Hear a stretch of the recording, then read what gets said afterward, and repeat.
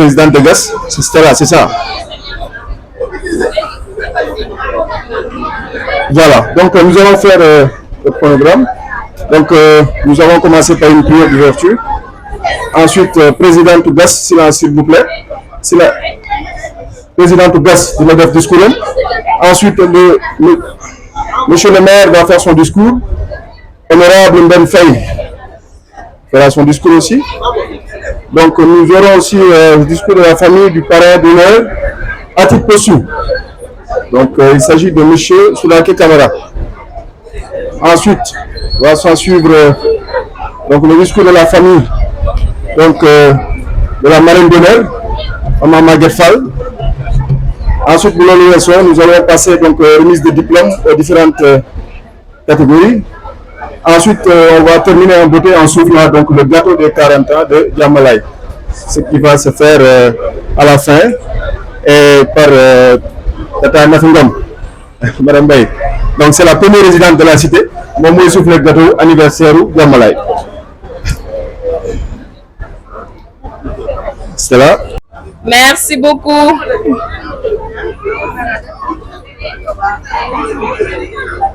di leen nuyuwaat bu baax ku ci nekk sa tur ak sa sant di rafetlu teewaay bi merci beaucoup pour cette présence maa ngi tudd Stella Diémé nekk présidente GIE African Sisters Trading.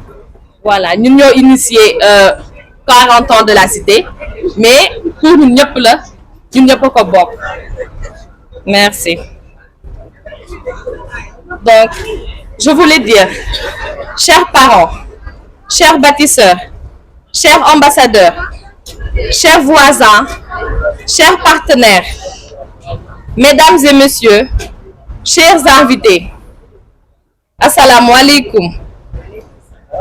Bonjour à toutes et à tous, encore une fois. Et avant d'entrer dans le vif de notre célébration, je vous invite, dans le respect et le recueillement, à observer 1 minute de prière à la mémoire de nos défunts. En particulier, Monsieur Soulake Camara et Madame Adja Maguette Fall, qui sont nos parrains à titre posthume. Parrains et marraines d'honneur à titre posthume.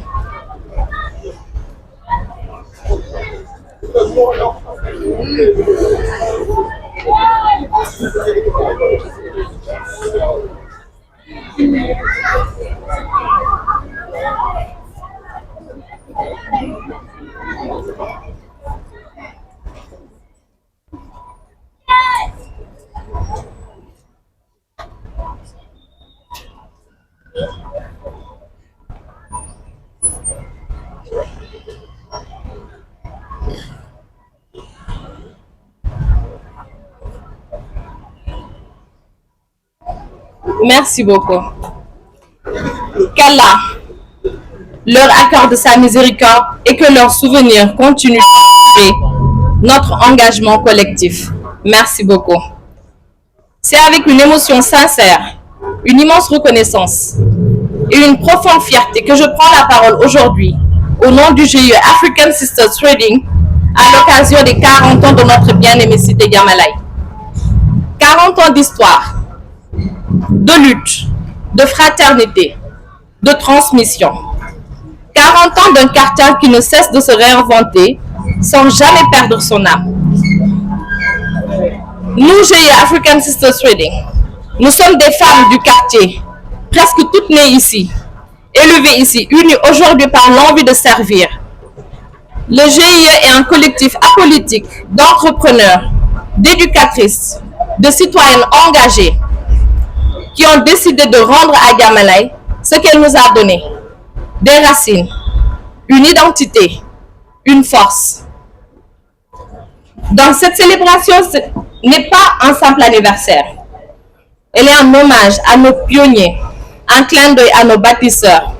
une source d'inspiration pour nos jeunes, une promesse de continuité pour notre communauté.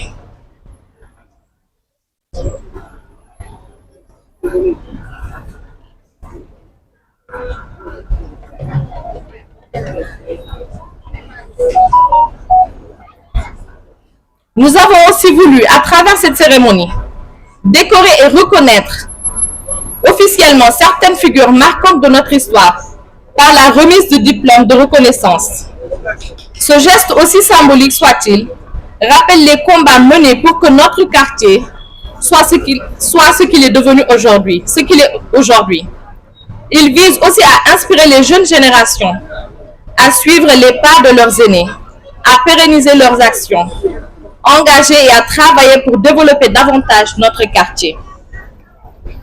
Donc nous venons de clôturer avec fierté notre tout premier camp de vacances, une initiative portée par le GIE qui fut un véritable succès. À cette occasion,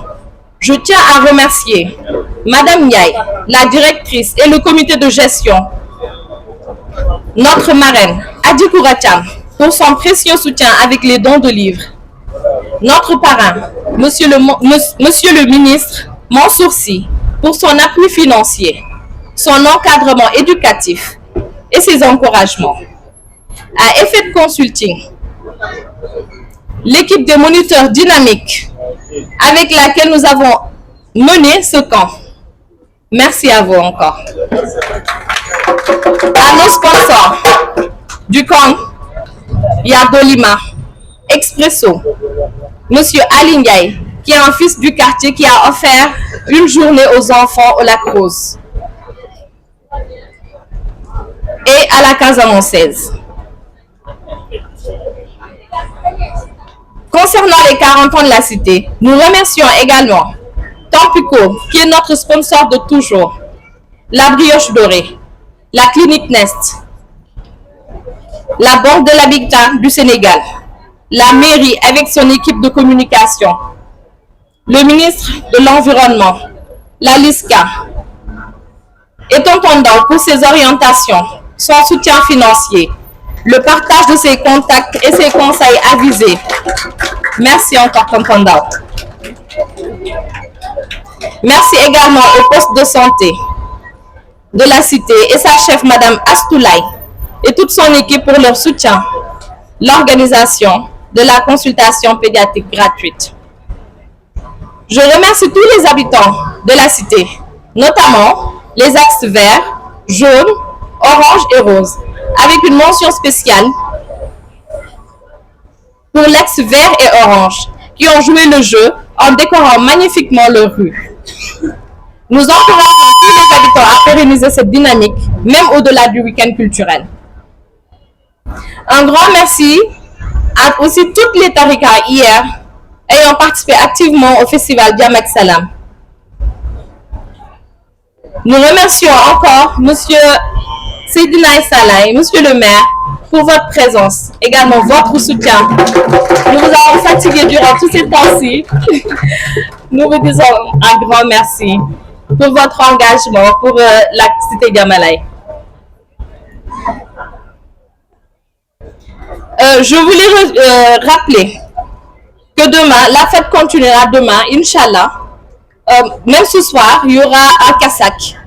Kassak. Et demain, il y aura une randonnée pédestre qui commencera de 8h à 9h.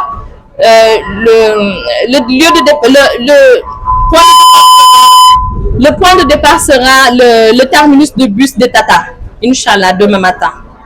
Et le soir, il y aura le Ngoyan. Merci beaucoup. Enfin, je tiens aussi à remercier l'équipe. Avant de conclure, prions pour notre cité. Prions pour notre cité, pour nos défunts, pour le GIE, toutes les entités du quartier et l'ASC. L'ASC, vous êtes où? Merci à vous.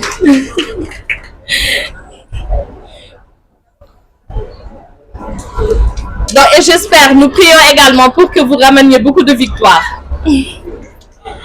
Enfin, je tiens à remercier les membres du GIE pour leur engagement, leur énergie, leur détermination et leur dévouement sans faille. Et que vive la cité Diamalaye, que vive ses 40 ans et que vive la solidarité qui nous unit. Je vous remercie.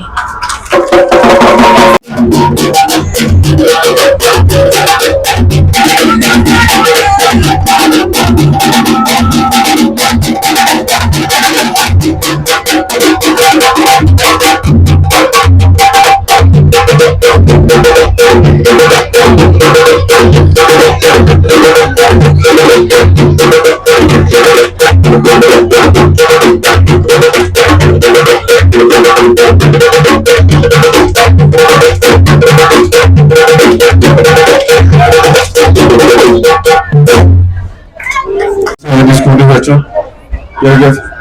Alors, sans plus tarder, nous allons donner la parole à monsieur le maire qui va faire donc son allocution. Monsieur le maire. maa ngi toog Pape Doudou quoi ma ne ko français wala wolof ma ne ma wolof français wala wolof ak lébu bon yàlla ñu ma dégg ba ma fi laa koy lébu. asalaamaaleykum mbokk yi ñu ngi leen nuyu bu baax di leen ziare di leen baal àq di leen baalu àq di ñaan yàlla kàddu yàlla ko yàlla barkeel yàlla doon leen jàmm ci seeni kër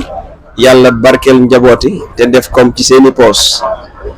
di am mbégte bu baax. ci ñeent fukki at yu cité Jàmmalaay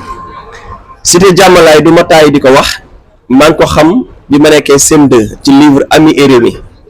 sama maître tuddoon Jules Diop dëkkoon fii sax cité Jàmmalaay ah Jules Diop la maman de Antoine vous êtes la maman de Antoine ah non j'avais un maître qui s'appelait Jules à la présentation de Marie monsieur Jules Marie Diop voilà fii la dëkkoon si de Jàmmalaay donc votre époux a dû être l'écrivain di bind livre bi waaw nag livre boobu taalif boobu moo tax ma xam cité bi ndax en tant que jeune Layène foo gis fu ne Jàmmalaay sa xel ak sa xol daf ciy nekk ba noppi ki lay jàngal dëkk fa donc loolu moom moo njëkkoon a boole ak si di Jàmmalaay je pense xam nga li may wax ndax ñoo bokk école buñ jaar donc ci wàllu boobu yàlla di def ñuy ut di taataan ay at ñu fi daan ñëw campagne jot ñu ñëw ba yàlla def ci 2022 yàlla defal ñu fi ndam mais biñ fi ñëwee fekk fi wax dëgg yàlla ay kilifa yu am yéene vraiment honorable xam na ci ñu ci bari ñuy dox ci jamono ba yàlla jox ñu mairie bi yàlla nag moom day nattu jàmm ndax ñaari quartier yi ñu gënoon jël engagement muy Nord Foire ak Jàmmalaay mooy ñaari quartier yi ñu ëpp ay jafe-jafe mais sant yàlla àddina moo ni mel mais dañuy jàpp rek ne lu la yàlla jox muy nguur muy alal muy leneen ak leneen day laxa soog natt natt boobu nag ñaara am nga saalit wax ci loo warul wax yàlla sanctionné la wala nga muñaale ko yàlla ubbil la ay bunt ak ay yoon nga raam ba yegg si fa donc di ñaan yàlla yéen yi ñu mas a am ci yéen yàlla na ko yàlla mottali di am mbégte ci ndaw yi ma fekk si woon bureau ba Stella mu ngi koy tudd sànq ak Adama muy suñu ay jigéen ñu fekk suñu ñenu dañu bëgg a màggal si de Jàmmalaay ndax ci bépp kuréel ci bépp gox buy sanc bees ci Yoff yéen a fi jiitu fii it ñi ko tabax amaana ba histoire bi gudd na mais sama nijaay ci la bokkoon ku ñuy wax Ibrahima Faye yoroon entreprise de bâtiment liggéey fi liggéey bu mucc ayib waaye fekkewul sax njariñ li ndax 84 ci la dudd donc li ñu liyee ak cité bi bari ñu amoon fi ay soppi am fi xarit am fi ay yaay bi ñu Stella ak Adama newee dañ ko bëgg a màggal ma ne leen de baax na ngeen dajale nit ñi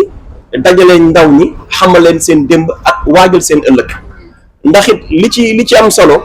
mooy bu ñu dëkkee gaa nekkatuñu ay mbokk buñ ay mbokk waaye dëkkuwaay bi day tax ñu nekki mbokk donc loolu it judd na ci seen biir te lu koy dajale di ko suuxat dafa nekk lu am solo di ci am mbégte nag te di leen gën a tàllal loxo pour liggéey bi ñu bokk ndax Yoff moomu ma ko nguur yàlla rek dul jeex ëllëg dinañ fi ñëw ñu ne kii day nekkoon na fi maire ala kul yàlla day am kañ na nag yàlla rek a xam mais nañu ñaan yàlla rek diggante yi rafet taxawaay yi rafet ba ñu di li ñu war ci kattanu suñu borom ak ndimbalam ndax njàmbaar amul ku yàlla dimbali képp moo fi nekk ñu mën a ànd ak yéen defandoo ko ci anam yu mucc ayib GIE bi nag di leen encouragé ndax entreprendre yombul jël ay initiative yombul waaye ku góorgóorlu ëllëg njariñ dina am waaw donc ñu leen ciy sonn te di leen ñaanal yàlla wax dëgg yàlla kàttanal leen taxawu leen ba li ngeen di def mën a nekk une réalité sur le plan économique sur le plan social éducatif di wax ne mairie bi bëgg na def ay challenge maanaam nattu leen yéen population bi parce que li ñu njëkk a ràññee ci jàngat yi ñu am tolof bi ñu am du wàllum jàng du wàllum wér-gu-yaram déedéet wér-gu-yaram bi Yoff moo jël premier arrondissement Almadies wàllum njàngale mi ñoo jël premier ci région bu Dakar loolu kayit yi wane na ko jot nañ ci ay firnde yu leer mais benn jafe-jafe li ñu am te moom la colonel di xuloog man tous les jours tonton Mbaye mooy cadre de vie mooy suñu tolof-tolof maanaam sama yaay day tabax bàyyi gravats ci buntu bi honorable day tabax bàyyi suuf ci buntu kër gi mu dem ci tali bi la jël ñëpp sonal ñëpp Adama génn mbalitam teg ci buntu këram keneen ñëw fekk fa mbalit teg léegi li ñu bëgg nag mooy fexe ba quartier yi ci taxawaayu mairie bi ak Sonaged ak état bi ñu jàppale leen ba ñu mën a saafara tolof-tolof yooyu donc loolu it bàyyi leen ci xel ndaw ñi aussi coupe du maire ngi ñëw Pape Doudou ci wàllu yu bari donc ni ñuy challenger quartier noonu la ñuy challenger jeunesse bi surtout ci wàllu sport ak éducation environnementale donc daal ñu ngi leen di tàllal loxo gën a suuxat liggéey bi te di dalal seen xel nekkal fi pour def bilan déedéet mais dama bëgg mu leer santé Yoff fa jël pay ci arrondissement bi bu ñu xaymawee li mairie Yoff def ci santé ci ñetti at yi nga xayma yeneen communes yi ñu bokkal arrondissement bi dañu double ñoom li ñu fa def éducation man nekk ma mairie ma tukki ñibbi sa ñu ne ma inspection régionale éducation ñëwoon na fi inspection d'académie ne daf ñëw pour encourager ñu ci lan mu ne noonu mairie Yoff ci éducation résultat intrant réfectionné école mairie Yoff fa jël premier donc loolu aussi du bilan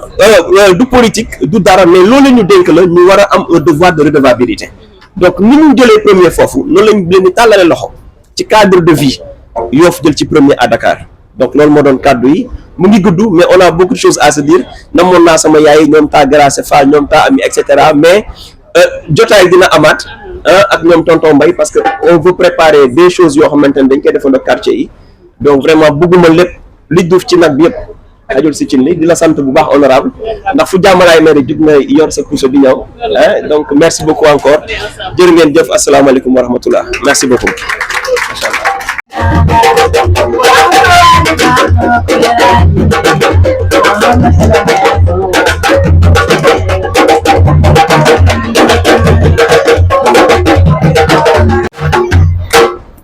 Voilà, merci beaucoup. Animation. Toujours on sent donc l'ambition. Nous aurons donc le discours de la famille.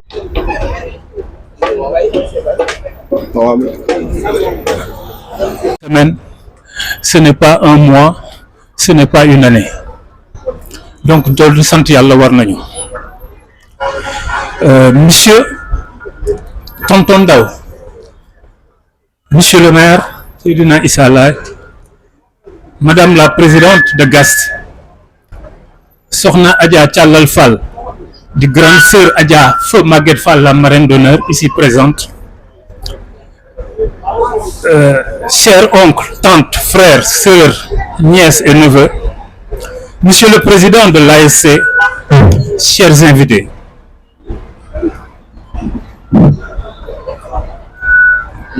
Donc, après avoir rendu grâce à Allah, la cérémonie qui nous réunit ce soir revêt pour nous, la famille de Feu Maguette Fall, un moment inoubliable. Notre joie et notre fierté est immense. Permettez-nous de remercier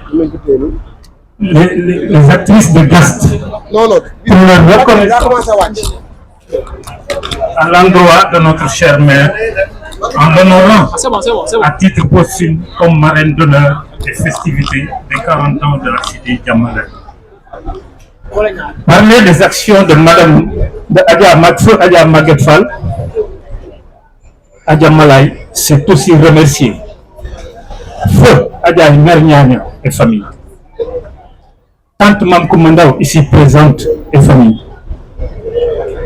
Feu Ndeye Faliba et famille, Omar Thiam et famille, Serigne Sarr et famille, Imam Gueye et famille, Feu Souleymane Djigo Diop et famille, Imam Gueye et famille, Tonton Badji Bilay et famille, Tonton Alioune Mbaye, ancien conseiller municipal.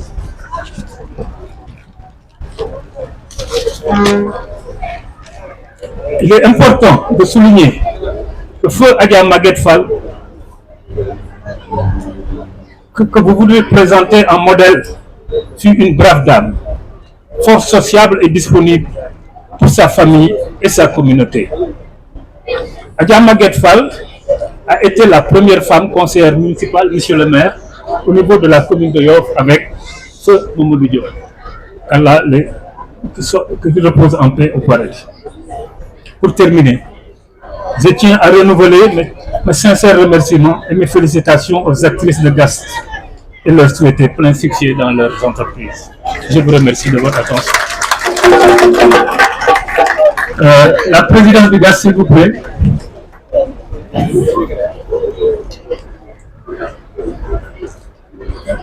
Pour le moment qui nous a été fait, nous avons voulu participer à la réussite de cet événement. En ayant vu votre programme, nous nous sommes dit qu'il fallait qu'on essaie de faire quelque chose. Donc cette enveloppe vous a été remise par la famille d'Afou Adja Maguette Fall. Merci beaucoup. Merci. Donc ce t-shirt, peut-être vous pouvez enlever un t-shirt, donc un t-shirt de chaque sachet. L'autre, prenez l'autre déjà avant. Donnez-lui l'autre. Sortez un t-shirt là-bas.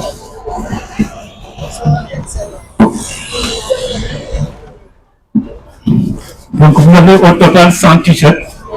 donc 30 t-shirts à l'effigie de Maguette Fall, hein? Donc qu'on peut montrer, et 70 t-shirts de la LONASE où j'ai fait mes amours professionnels pour la réussite de votre randonnée de demain. Donc je vous remercie. Merci. Derrière, montrez derrière aussi. Ah, merci beaucoup. Je vous remercie. Nous vous remercions. Nous vous remercions énormément. Merci beaucoup. Wow.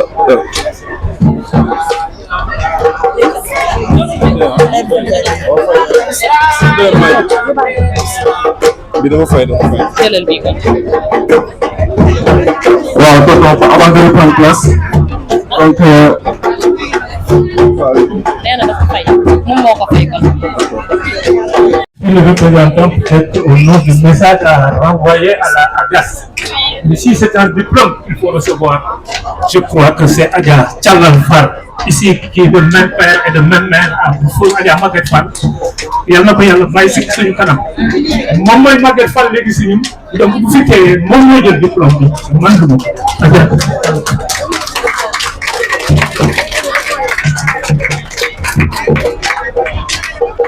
Loolu rek tànk yi déglu na déglu ko pour ñëw ba léegi dina ñëw.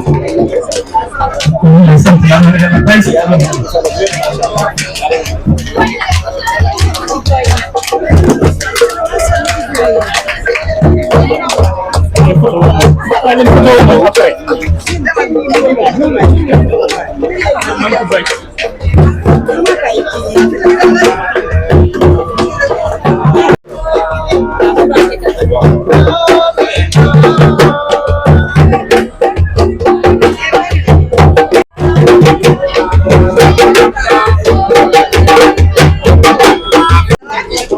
voilà, Tata Gracé et Tonton Ibrahima Ndaw qui remettent donc le diplôme de reconnaissance à monsieur le maire, c'est Naïssa Laïsam, premier magistrat donc de la commune de Yoff, de la commune de Yoff.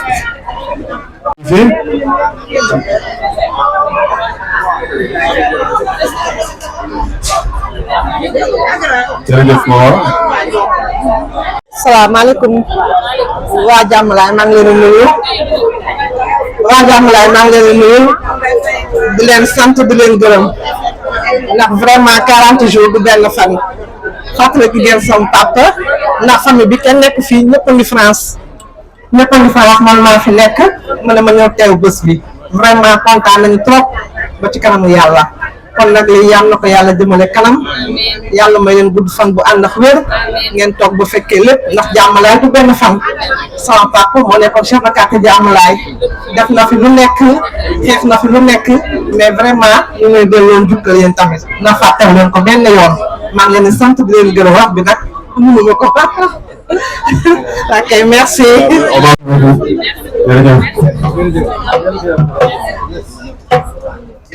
Reconnaissance. Donc, personne désignée. Donc, en sa qualité de couple d'honneur, pâtisseur et acteur de développement pour leur engagement exceptionnel et leur soutien constant à la vie communautaire et au rayonnement de la cité Jàmmalaay. Voilà,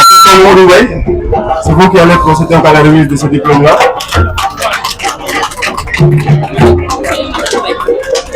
Monsieur et Madame Baye. Monsieur et Madame Baye, s'il vous plaît.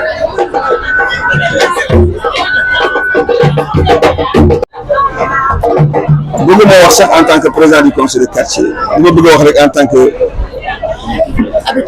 premier résident premier habitant du quartier loolu la témoignage bu la parce que bi ñuy ñëw fii toog nañ fii presque 3 ou 4 mois ñun rek ñoo fi nekk man na fi ak sama doom bi ñuy am jaata il avait bi ñuy ñëw fii il avait 1 an ñoo fi toog rek boo taxoon fii doo gis fële ndax fee ay diñ ñoo fi nekkoon bu dee ñëw fi fekk ñu fi ndox fekk ñu fi électricité ku fi ñëw di laaj après 5 mois après xam nga 4 mois après le jëkkëru Marcel Diouf yàlla na ko yàlla yéen mu ñëw laaj chantier bi parce que chantier bi lañ dëkkoon mu laaj chantier bi est-ce que nit ñaa ngi dëkk parce que boobu fekk na ni ñu ngi commencé couper kii bi location bi te ñun dañu loué ñu ne ñun ñu loué ba pare suñu salaire mooy ñu loué ba pare di fay kii bi à l'époque moi j'étais un jeune j'étais lieutenant je pense j'étais lieutenant de l'armée de l'air bi may ñëw fii j'avais 32 ans comme 30 ans laa ñëw fii boobu j'étais lieutenant de l'armée de l'air ñu jóge fu ñu ñëw dëkk fii waa chantier bi da leen doon wax ni fii daal benn doofu soldat daal moo dëkk fële benn doofu soldat rek gis moo dëkk fële boobu ñun ñu wuti ndox armée bi abal ñu ndox benn les filles là de 2000 litres ñu teg ci buntu kër gi ñu dem Thiès sama yaay wutoon ñu ay lampe campagne ci loolu la nekk ci lañ dëkk ba ñoom marché bi fekk suñu fi après 4 ou 5 mois ñu doon ñëw ñu fekk ñu doon nekk ñu ñaar ci cité bi voilà loolu daal di wax mooy dëkkoo ay bi au départ neexuloon mais léegi boo xoolee jamalaay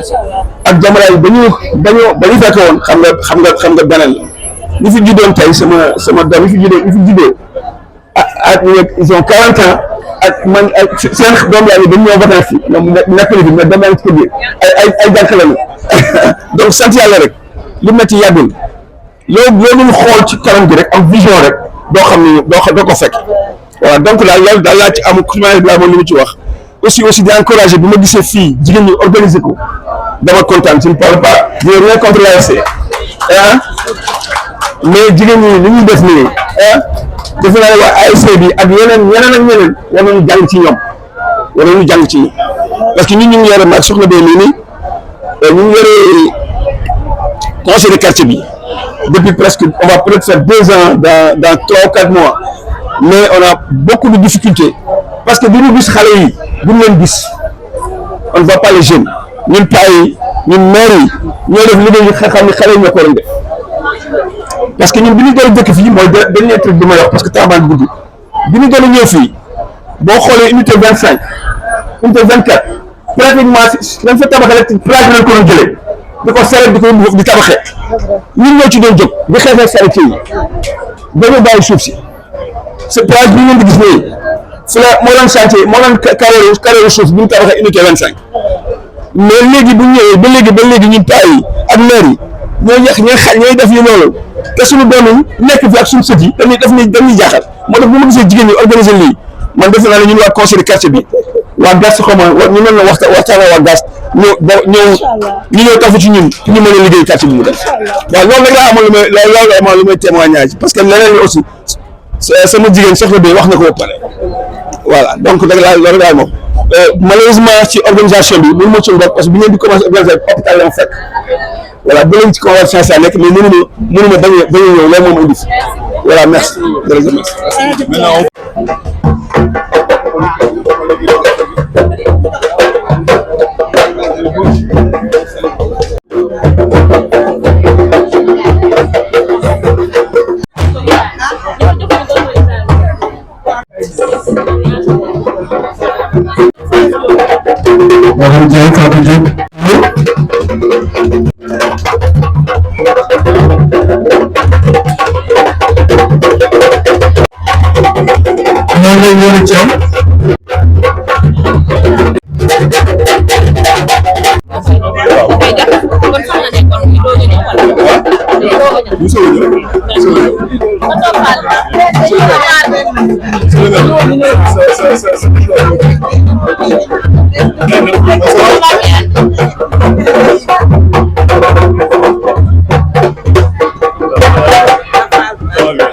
asalaamaaleykum mbooloo mi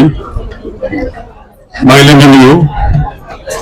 ku ci nekk ci turam ak ci santam maa ngi nuyu le GIE GATS jaarale ko ci présidente bi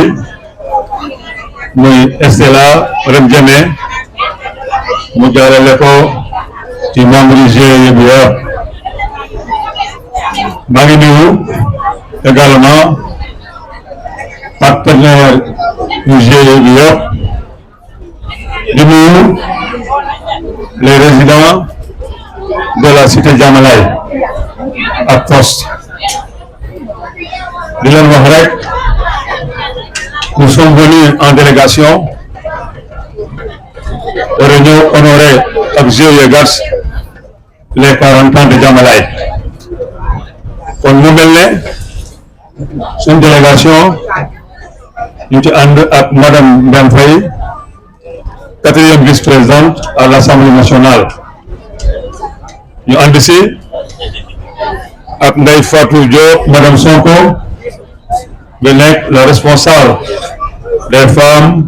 de Pastef au niveau de la section communale de Yoff ñu ànd si ak madame Silla Ndeye Maguette ànd si également ak madame Diop Mariétou Sakho lii nag ñu def dañu war a delloo njukkal xale jigéen yu am initiative bi yu osé mettre en place ce GIE dañu leen amee njukkal li tax mooy Diamalaye bu toogee ba ay doomam jóg war koo defar war ko suqali jàpp naa ne képp ku fi dëkk di fi yeewoo amee nga xale yi un grand merci ay ndaw lañu mais fooyewu seen bopp ndax boo xoolee action yi fi teel du bopp c'est des actions positives ñu ci social bi ñu ngi si yeneen domaine donc loolu liñ ci jublu rek mooy lu jëmale quartier bi kanam kon yaakaar naa ne képp ku fi nekk di yeewoo Diamalaye amal nga xale yi ñu ko loo xam ne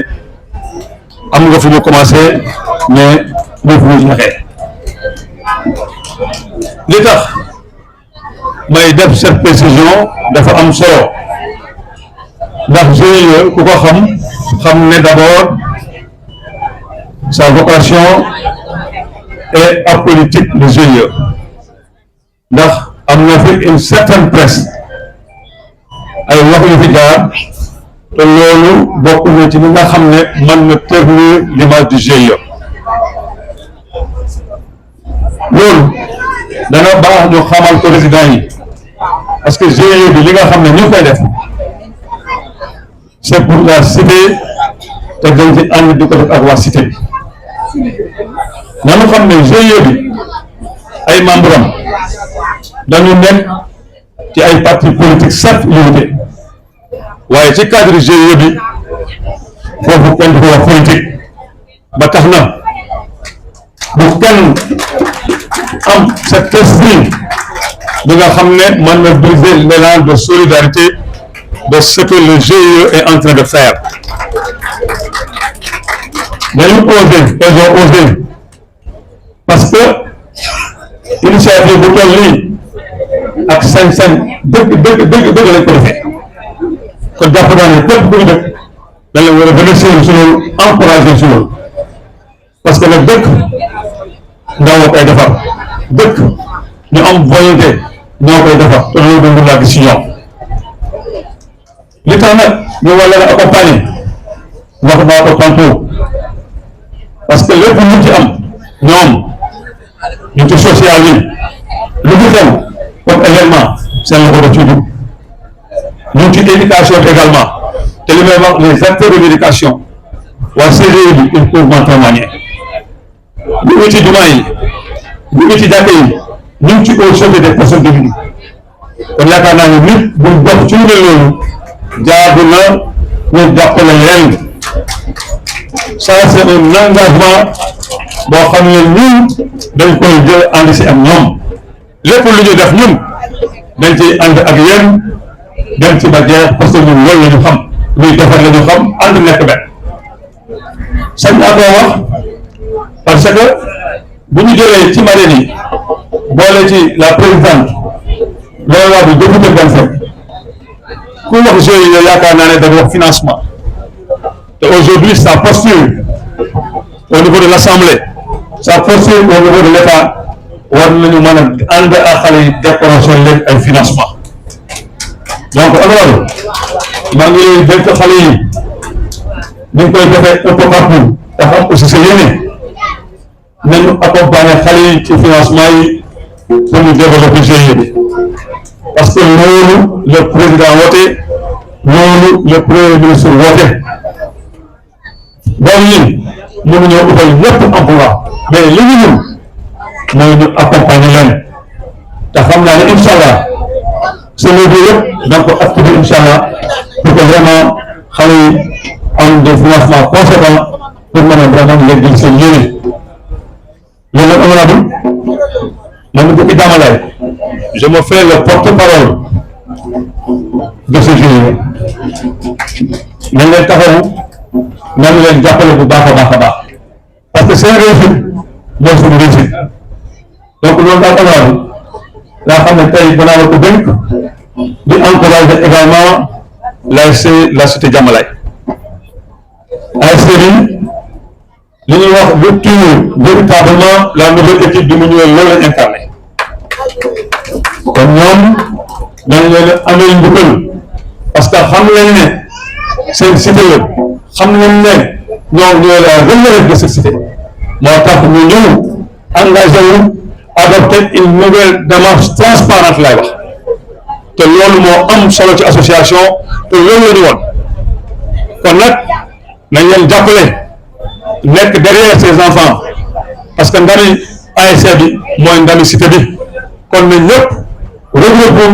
autour de cette ASC jàppale leen ndax de xale yi wax dëgg yàlla bi ñëwee te nañ ci des actions très positives ASC nag yàgg na fi am wax dëgg yàlla mais innovation bi nañu nangu ne ça c'est la nouvelle équipe dirigée par Assane Gueye ñoo ko fi teg. dañu bëgg nga introduire madame Diop yow yaa koy jox. madame Diop moo njëkk a yor mbootaay yeeg yëpp Diamalaye moo dëkkoon. mooy Fatou Diop Fatou Mbaye Ndeye Diop. Ndeye Diop madame Diop. ay kilo yi ñoo taxaw ci sa ñoo toog ci sa gannaaw dañu bëgg a dem dañu bëgg nga introduire ñu jox waaw donc loolu daal laa xam ne c'est un engagement bu ñëpp war a jël ñu ànd si ak ñoom liggéey di remercier waa Diamalaye yëpp mag ñi fi nekk ñëpp di vraiment di leen ñaanal gudd fan ak wér gu yaram parce que lii aussi lu rëy la boo xale yi gëstoo gis mag ñi vraiment xale yi dañuy gën a sabar donc ñoom aussi ñu ngi leen di gën a jàjj di leen gën a ñaanal mais aussi di wax ndaw yi ñu bàyyi xel cité bi ñoo ko mën a defar assurer leen sécurité bi assurer leen cadre bi loolu daal laa xam ne mooy kat yoo xam ne bëggoon naa ko yëkkati mais nag dañu ma def ne ma madame Diop Ndeye Fatou vraiment Ndeye Diop ñu ngi lay sargal di la dalal fii ci Diamalaye ndax te nga Diamalaye am na loo xam ne moom nga fi def kon sa yaay am na lu ñu def Diamalaye kon vraiment bu ñu def lu dul jox la kaddu gi vraiment nga sànni ci ay kaddu ay témoignage yoo xam ne war nga mën a def sa jaar-jaar fii ci cité Diamalaye. Fatou Mbaye fi waroon nekk donc Fatou Mbaye moo fi waroon nekk. Fatou Mbaye moo fi waroon nekk. ñu ngi leen di nuyu kàddu yi li tata wax rek loolu la ñuy firndeel yaakaar naa Ndeye Diop moom ñëpp xam nañ ko si Diamalaye Ndeye Diop Diamalaye lañ ko mujjoon a tuddee sax fu mu mënti nekk rek Ndeye Diop Diamalaye lañ ko doon wooyee ndax moom moo bokkoon si ñi nga xam ne ñoo njëkk a yëkkati mbootaayu Diamalaye fii li mu fi def nag je pense que ñun ñi nga xam ne ay doomam sax bu ñu dajeeg nit fu mu nekk bu ñu reconnaître loolu la ñuy rappeler kon nag ñu ngi leen di gërëm di leen sant ci sargal bi ngeen koy sargal tey jox ko seen diplôme de reconnaissance kontaan nañ lool 40 ans de Diamalaye moom ñun ci lañ bokk ndax yaakaar naa bokk na ci xale yi njëkk a màggee Diamalaye ñooy taawu Diamalaye yi waa kay jërë ngeen jëf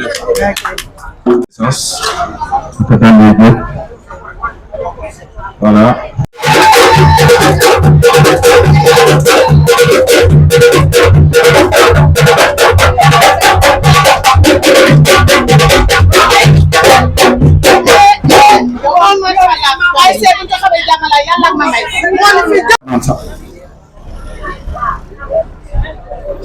defe naa initiative bi ñi ko jël mooy xale yi suñuy doom suñuy jarbaat suñuy sët dañ leen di gërëm di leen sant di kontaan lool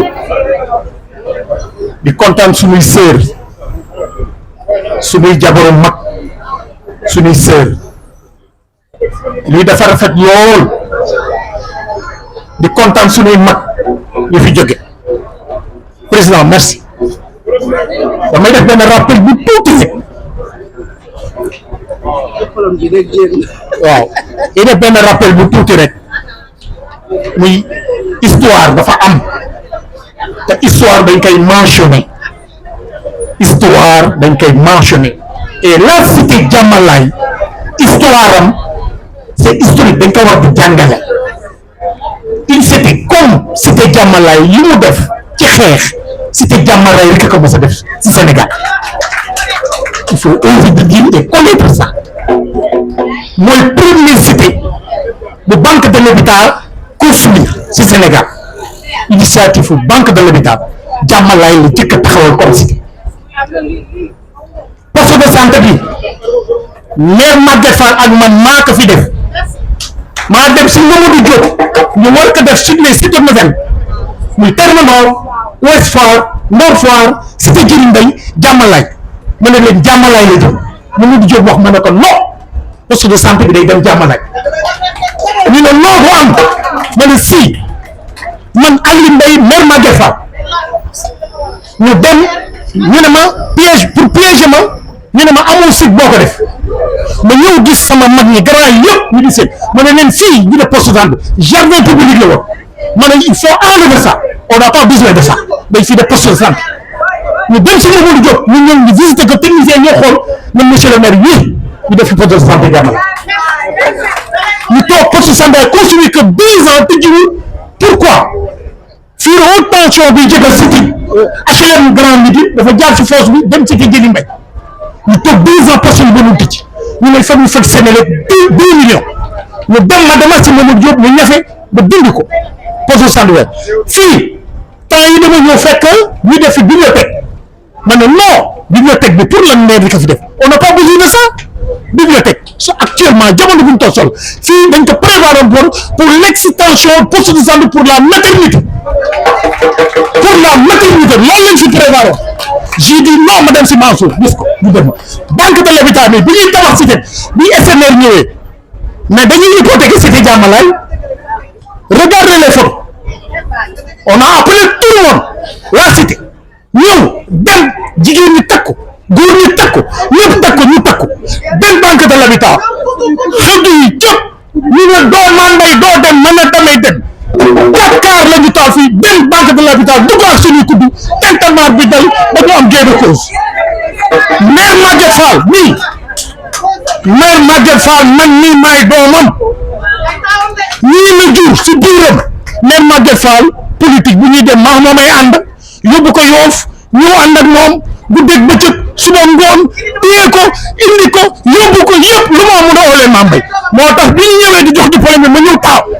mais Maguette Fall man nii maay doomam ñii ay tabaski ñii Ousseynou ñooy doomu biiram mais man maay doomam guddeeg bëccëg suba ngoon maa nga ASC Diamalaye man maa ñëw fii en 90 man maa créé ASC Diamalaye c'est moi qui l'a créé Fall Fara Diop président nekk vice-président ñëw nekk entraîneur Fall kii président Lapin Bleu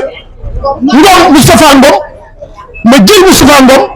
bi Fara demee indi ko comme président nekk son adjoint nekk l'entraîneur de la cité Diamalaye fu Diamalaye ñoom Sidi Dieye ñoom Filel ñoom ñëpp man ñii maa nekkoon seen entraîneur ak Théodore moi je suis l'entraîneur de l'équipe Diamalaye waaw fii may ma tuuti rek may ma sëñ bi fii ay montagne la no ay dun moo leen gunge ñuy yëg di wàcc man maa dem sama papa Moussa Mbaye syndicaliste maa dem ci moom mu jox ma bulldozer indi bulldozer bi fii ñu def fi carburant dund ko Ousmane ngi ñii ñëpp ñu jàppale le gardiennage de la cité Diamalaye c'est moi qui l'a créé sécurité cité bi kenn du fi dugg ñuy xeex parce que bu ñu ñëwee di foofu ñu doon dañuy ñëw fii pour dindi dañu bañ convoqué nañ ma gendarmerie 5 fois cité Diamalaye góor jigéen ñëpp takk seen digg na Mame Mbaye du dem mukk waaw kon loolaa li suro kon di gërëm ñëpp di sant ñëpp di gërëm loolu laa si amoon lu ma ci wax jërëjëf gërëm di sant merci jërëjëf. asalaamaaleykum waa Diamalaye ñu ngi leen di nuyu yaakaar naa ne doyen Ousmane Fall li mu wax yëpp rek doyoon na ci ay kaddu mais ñu ngi nuyu kilifa Diamalaye yëpp di ko doore ci imam bu Diamalaye di ko doore ci chef de quartier di nuyu association yi fi nekk muy jeune muy femme ASC yi di nuyu comité de gestion bi donc di nuyu vraiment GIE yi fi nekk organisme de femmes yëpp organisme de jeunes yëpp ñu ngi leen di nuyu bref di nuyu population Diamalaye yëpp donc di jiital ci nuyu bi nag suñu doyen ñu koy woowee affectueusement doyen Ousmane Fall di monsieur le maire moom it di liggéey bu am solo fii ci quartier bi wax dëgg yàlla heure bu ñu fëggee suñu solee suñu dàll ñëw fëgg buntu Diamalaye rek kàddu yooyu la ñuy njëkk a dégg ñu teewal na fi commune bi teewaay bu am solo cër buñ ko jox mi ngi koy doxal ba mu mat sëkk di nuyu suñu tata Ami Diallo donc di nuyu bu baax di beral nuyu nag GIE bi nga xamante ni tey jii ñoo waral activité bi am di leen sargal bu baax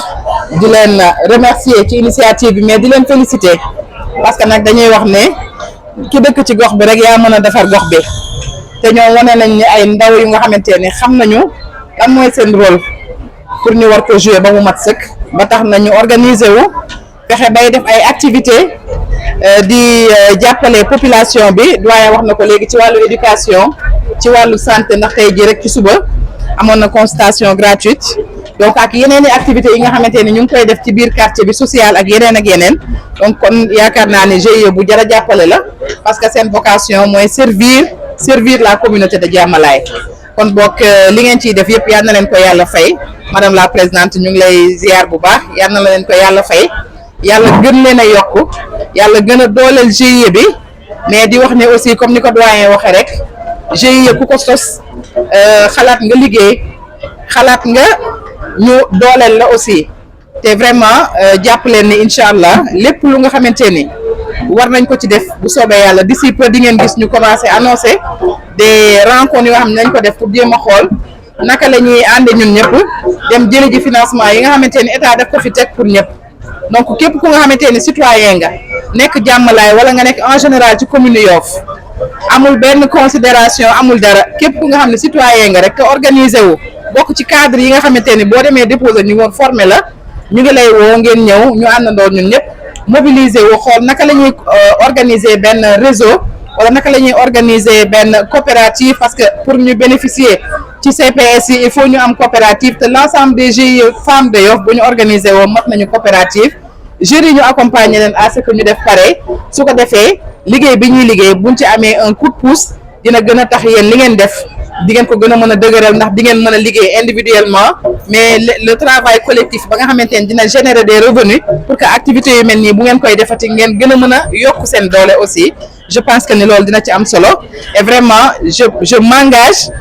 balaa déwén incha allah fekk ni jot ngeen financement ba jotati ba buñ fii dajawaat tey jii dina feeñ bu baax ci ndaje mi en tout cas daal je m'engage à ce que ñu accompagner leen ci loolu ba nga xamante ni vraiment financement yi dina mën a dugg à travers CGI ak yeneen yi fi nekk dina mën a dugg biir Diamalaye mais aussi jeunes yi duñ leen fàtte ñoom duudu waa jeunes yi nga xam ne soxla nañu formation ñu ngi waxtaan ak ANPEJ ñu ngi waxtaan ak 3FPT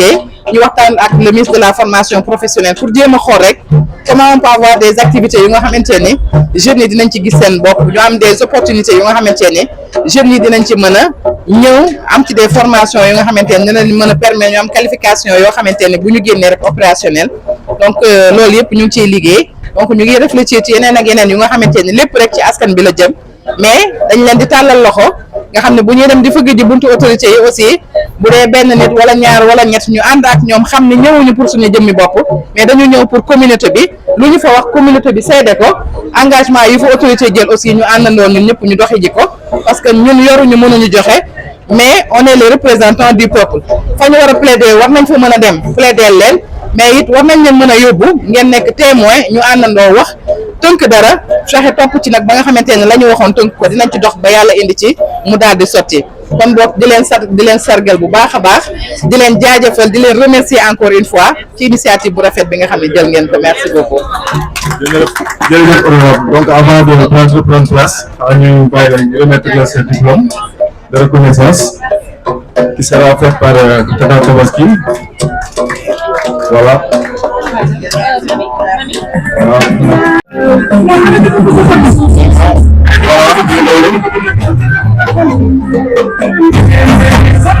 Ok. Le premier diplôme sera décerné à M. Amara Mane. Amara Mane. Un représentant féminin. Je l'avais aperçu là.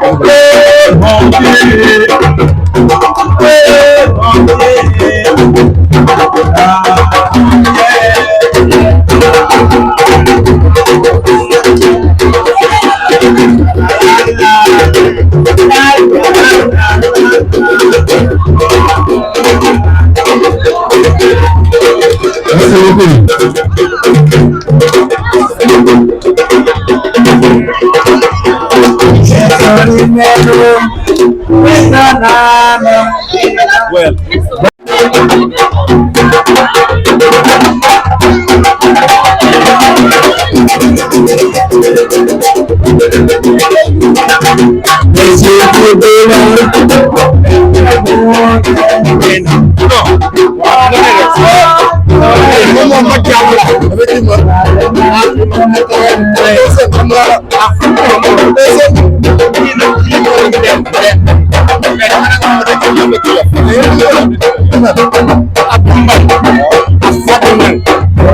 Ñoom